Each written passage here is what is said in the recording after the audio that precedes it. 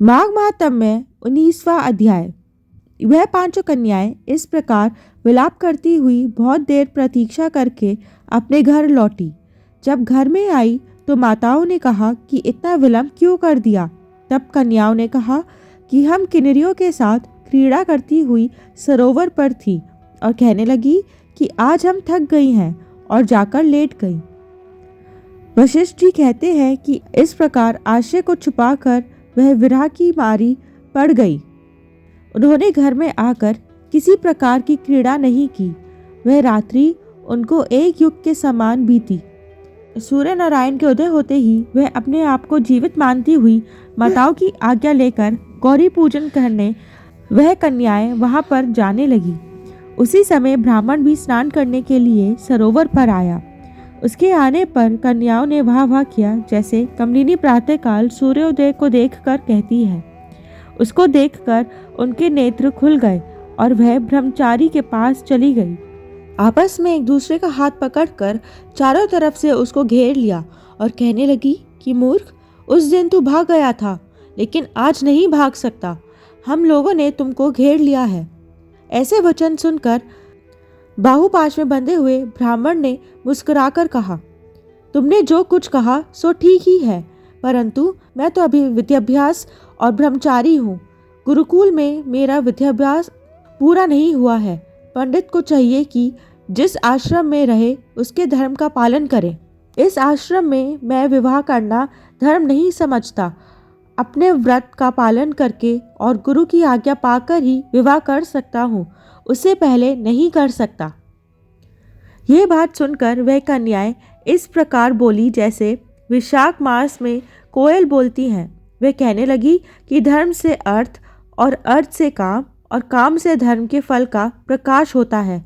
ऐसे ही पंडित लोग और शास्त्री कहते हैं।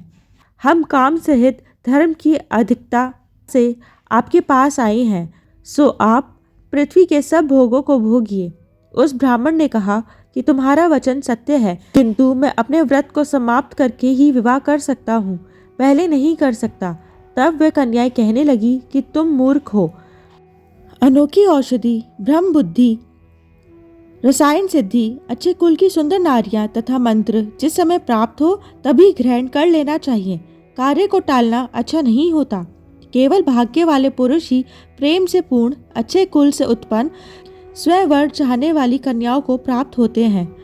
कहा हम अनोखी नारियां, कहा आप तपस्वी बालक। यह बेमल का मेल मिलाने में विधाता की चतुराई ही है।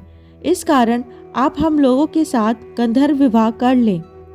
इनके ऐसे वचन सुनकर उस धर्मात्मा ब्राह्मण ने कहा कि व्रती रहकर इस समय विवाह नहीं करूंगा, मैं स्वयंवर की इच्छा नहीं करता। इस प्रकार उसके वचन सुनकर उन्होंने एक दूसरे का हाथ छोड़कर उसको पकड़ लिया।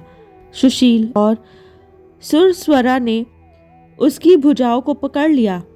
सुतारा ने आलिंगन किया और चंद्रिका ने उसका मुख चूम लिया, परंतु फिर उसने क्रोधित होकर उनको श्राप दिया, तुम डायन की तरह मुझसे चिपटी हो, इस कारण पिशाचनी हो जाओ। ऐसा श्राप देने पर वह उसको छोड़कर अलग खड़ी हो गई। उन्होंने कहा, हमने अपराधियों को वृथा क्यों श्राप दिया। तुम्हारी धर्म ज्ञाता पर धिक्कार है। प्रेम करने वाले से बुराई करने वाले का सुख दोनों लोकों में नष्ट हो जाता है, इसलिए तुम भी हम लोगों के साथ पिशाच हो जाओ। तब वह आपस के क्रोध से उस सरोवर पर पिशाच पिशाचनी हो गए और बस पिशाच पिशाचनी कठिन शब्दों से चिल्लाते हुए अपने कर्मों को भोगने लगे।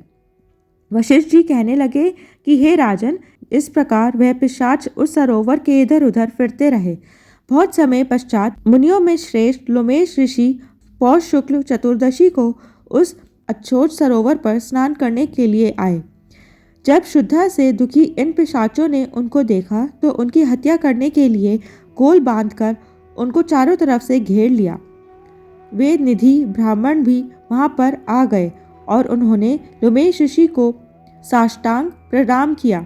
वह पिशाच ऋषि के तेज के समान ठहर ना सके और दूर जाकर खड़े हो गए।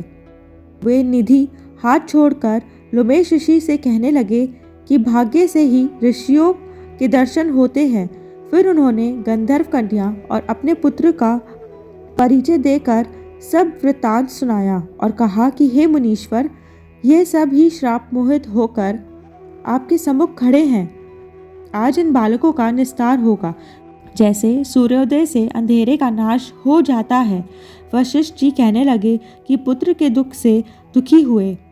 वेदनिधि ब्राह्मण के ऐसे वचन सुनकर लोमेश ऋषि के नेत्रों में जल भर आए और वेदनिधि से कहने लगे कि मेरे प्रसाद से बालकों को शीघ्र स्मृति पैदा हो। मैं उनका धर्म कहता हूँ, जिससे इसका आपस का ज्ञान विलीन हो जाएगा।